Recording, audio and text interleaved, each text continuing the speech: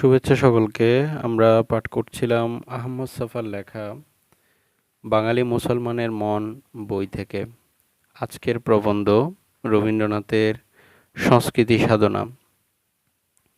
রবীন্দ্রনাথের সামগ্রিক জীবন সাধনার প্রতি তীক্ষ্ণ বিশ্লেষণাত্মক দৃষ্টি ফেললে ক্রমশ মনে এই বিশ্বাস সঞ্চারিত হয় যে রবীন্দ্রনাথ অত্যন্ত দূরের মানুষ। তাকে ধরি ছুঁই ছুঁই মনে করলেও তিনি সম্পূর্ণভাবে ধরাছোঁয়ার অতীতই থেকে যান এবং একই কারণে দুর্বোধ্য না হলেও রবীন্দ্রনাথকে সম্যকভাবে উপলব্ধি করতে হলে সাধনা, নিষ্ঠা, শ্রম এবং সর্বোপরি সময়ের প্রয়োজন অপরিহার্য। রবীন্দ্র সাহিত্যের পাঠক মাত্রই অবগত আছেন রবীন্দ্রনাথ তার রচনায় কড়া আলো কদাচিৎ ব্যবহার করেছেন। রবীন্দ্রসঙ্গীতের সমধর্মী সূক্ষ্ম, মিহি, সর্বব্যাপ্ত ও সর্বভুক এক ধরনের চেতনায় পুষ্ট রবীন্দ্রনাথের সাংস্কৃতিক অবদান। তিনি যে যুগের চৌহদ্দিতে লালিত পালিত, সংবর্ধিত, তার আগের কিংবা পরের যুগের বাংলা সাহিত্য জীবনের শ্রেয়বোধের সঙ্গে সৌন্দর্য চেতনার এমন সুনিবিড় মিলন কোথাও ঘটেনি।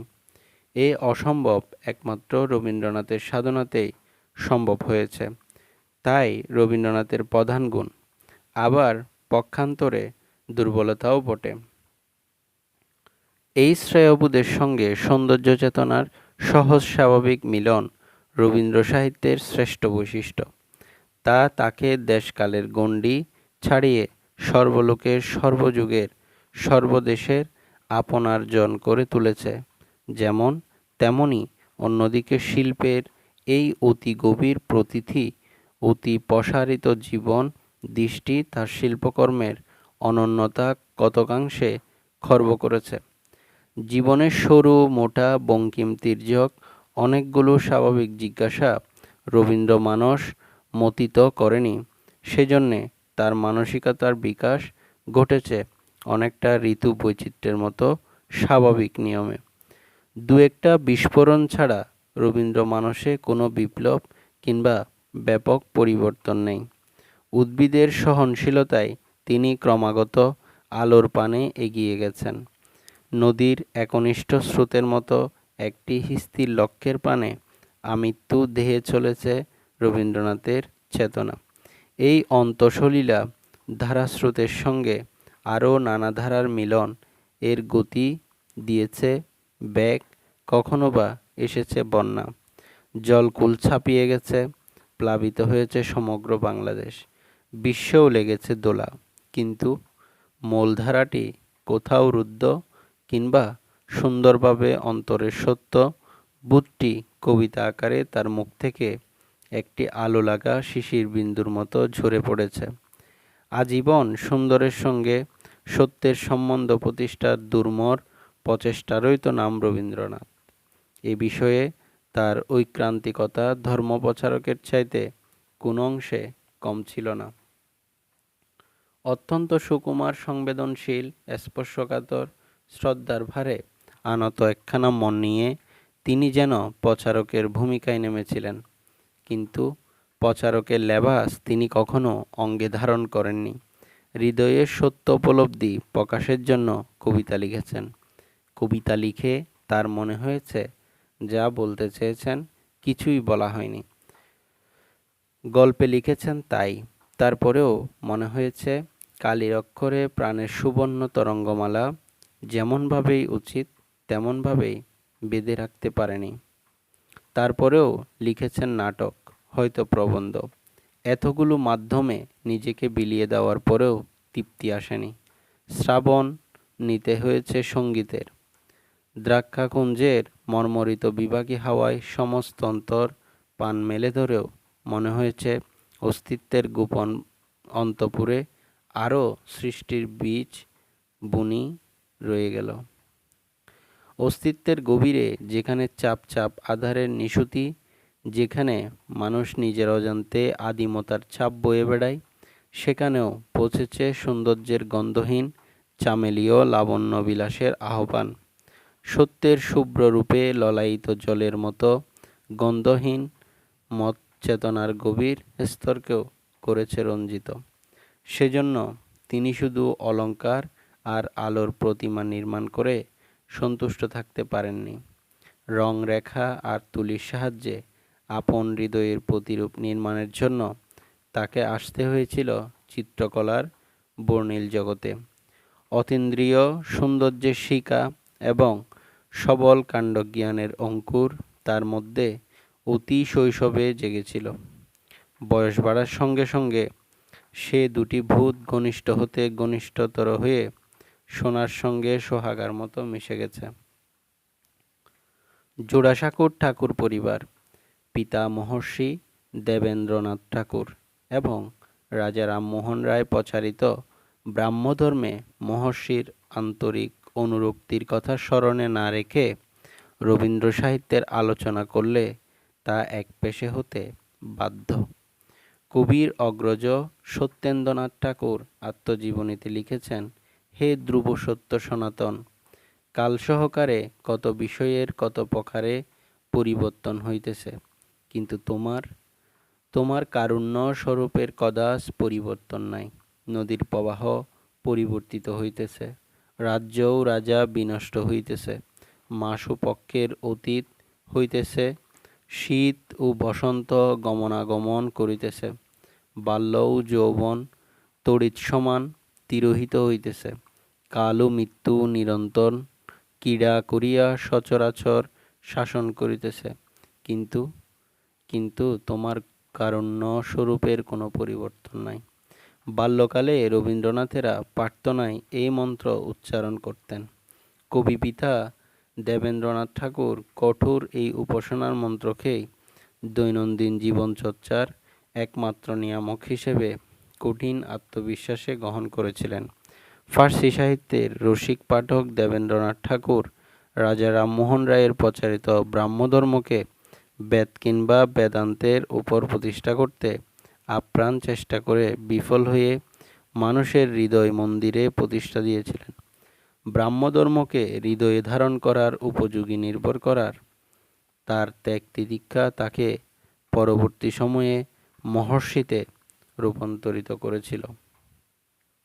বস্তুতে রবীন্দ্রনাথের উপর তার পিতা দেবেন্দ্রনাথের প্রভাব এত ব্যাপক, এত সুগভীর যে দেবেন্দ্রনাথের আত্মজীবনী পাঠকের মনে হবে গীতাঞ্জলি, নৈবেদ্য, গীতিমালা, গীতালি ইত্যাদি আত্মনিবেদনমূলক কাব্যগুচ্ছে তার পিতার মুখেরই কথাই শুধু ছন্দবদ্ধ আকারে প্রকাশ করেছেন। তার অনেকগুলো গানের বেলাতেও এই একই কথা খাটে। এছাড়াও রবীন্দ্রনাথের প্রায় রচনাতে সৌন্দর্যের বসনে ভূষিত সত্যবোধের যে কারুণ্য স্বরূপকে আপন মহিমায় স্থিত দেখি, তাও মহর্ষিরই পরমারাধ্য সত্যের প্রতিরূপ যেন। সত্য এবং সৌন্দর্যের এই সম্মিলিত আহিতাঘিন্নিতে এই যে নিঃশেষে তিলে তিলে আত্মবলিদান এবং তার যে ফলশ্রুতি, তা কবিতা হোক, গল্প হোক, নাটক নভেল হোক, পত্র সাহিত্য হোক, চিত্রকলা হোক, ভাষণ কিংবা ভ্রমণ বৃত্তান্ত অথবা প্রবন্ধ, প্রার্থনা, সমালোচনা, বাদ প্রতিবাদ যাই হোক না কেন, একযুগে সব কিছুকে বলবো রবীন্দ্রনাথের ঐশ্বর্যময়ী সৃষ্টিশীলতার প্রকাশ। যা কিছু মনের উপর তার স্বরূপ হয়ে স্বাভাবিক বিকাশের পথ রোধ করে দাঁড়ায়, সেই জড়ের উপর প্রাণের বিজয় ঘোষণাই হল রবীন্দ্রনাথের সংস্কৃতি সাধনার মূলমন্ত্র। জীবনের ভোগে উপভোগে নিষ্প্রাণ জড়কে পুষ মানানোই হল সত্যিকার বীরের চারিত্র ধর্ম। মানবিক আশাকম্পিত এবং নৈতিক শ্রেয়বোধে মণ্ডিত নগ্ন মনুষ্যত্বই প্রকৃত জীবনশিল্পের অমোঘ ব্রহ্মাস্ত্র। কবি শেলী তার রিভোল্ট অব ইসলাম কাব্যের ভূমিকায় কথাটিকে আরও সহজ, আরও প্রাঞ্জলভাবে বলেছেন। Still love is the only thing which shall guide the moral world of human being. রবীন্দ্রনাথের রচনায় জীবনের আশ্বাসের মতো বিভিন্নভাবে সহস্র ধারায় ঘটেছে এই মানবিক প্রেমের নিঃসরণ। সত্যের হিস্তির অকম্পিত শিখাকে বুকে ধারণ করেছিলেন যিনি, সৌন্দর্যের স্পর্শমাত্রই যিনি আন্দোলিত হয়েছেন মানুষের পাপ, লোভ, হৃংসাকে হত্যা করার জন্য, অন্তরস্থিত সত্যের পাষাণে সৌন্দর্যের তলোয়ার শানিয়েছিলেন যিনি, সেই রবীন্দ্রনাথের সাধনার সম্যক উপলব্ধি করতে হলে মূল উৎসের থেকে দূরে গিয়ে বিচার করা ছাড়া গত্যন্তর নেই। বহু দেশের চিত্তসম্পদ আত্মস্থ করলেও রবীন্দ্র মানসের মর্মমূলে ভারতীয় জীবনবোধই ছিল সবসময়ে জীয়ন্ত। আর্য ঋষির চেতনায় তার মানসপট সিঞ্চিত ছিল। সুখী পরিবারের সুস্থ পরিবেশে প্রাচীন সংস্কৃতির চর্চা তার শিল্পী মনের সমস্ত আয়তন জুড়ে যে অনপনেয় রঙিলা ছাপ ফেলেছিল, কোনোদিন তার রংচোট হয়নি। অতৃপ্ত শিশুর সঞ্চরণশীল চেতনায় প্রাচীন ঋষির বাণী, ঋষি প্রতিম পিতৃদেবের মৌন সংযত স্নেহঘন ছোঁয়ার শিহরণ, অতীন্দ্রিয় সৌন্দর্যের শিখা এবং সবল কাণ্ডজ্ঞানের অঙ্কুর জাগিয়ে তুলেছিল। রবীন্দ্র মানসের যে কঠিন ফ্রেম, যার উপর প্রবল একটি আলোকিত ঝর্ণার মতো রবীন্দ্রনাথের সৃষ্টিচেতনা সমুজ্জ্বল বিশ্বাসে আমৃত্যু উড্ডীন ছিল। ঠাকুরবাড়ির কারখানাতে তার সৃষ্টি এবং দেবেন্দ্রনাথ তার জাদুঘর কারিগর। নিঃসঙ্গ বালকের মনে অনন্তের তৃষ্ণার বিশ্রূপী উপনিষদের ভূতকোমল চিত্তবৃদ্ধির সঙ্গে তরল সঞ্জীবনী সুধার মতো মিশে গিয়েছে। অস্তিত্বের সঙ্গে বিলীন হয়ে যাওয়া সুপ্রাচীন ফসিলীভূত প্রাণের ললিত বাণী সহস্র শিকার জ্বালিয়ে তোলার জন্য প্রয়োজন ছিল আরও অনেক কিছুর। আপন পরিবারেরই তিনি ভারতীয় সাধনার বিভিন্ন ধারার সঙ্গে পরিচিত হয়েছিলেন। বেদ, উপনিষদ, গীতার সারসত্য যেমন একদিকে, তেমনি অন্যদিকে হাফিজ, কয়ুম প্রমুখ ইরানি সাধকের সাধনায় রাঙা স্রোতের ধারাও শৈশবে রঞ্জিত করেছে তার চিত্ততল। প্রাচীন ভারতের মহিমান্বিত প্রতিভা বাল্মীকি, কালিদাস, বেদব্যাস, ভবভূতির সংস্কৃত কাব্য তিনি আগ্রহ সহকারে পড়েননি, শুধু বিদিত কাব্য চিত্রাবলীও বালকের সচঞ্চল অনুভূতি দিয়ে আপনার করে নিয়েছিলেন।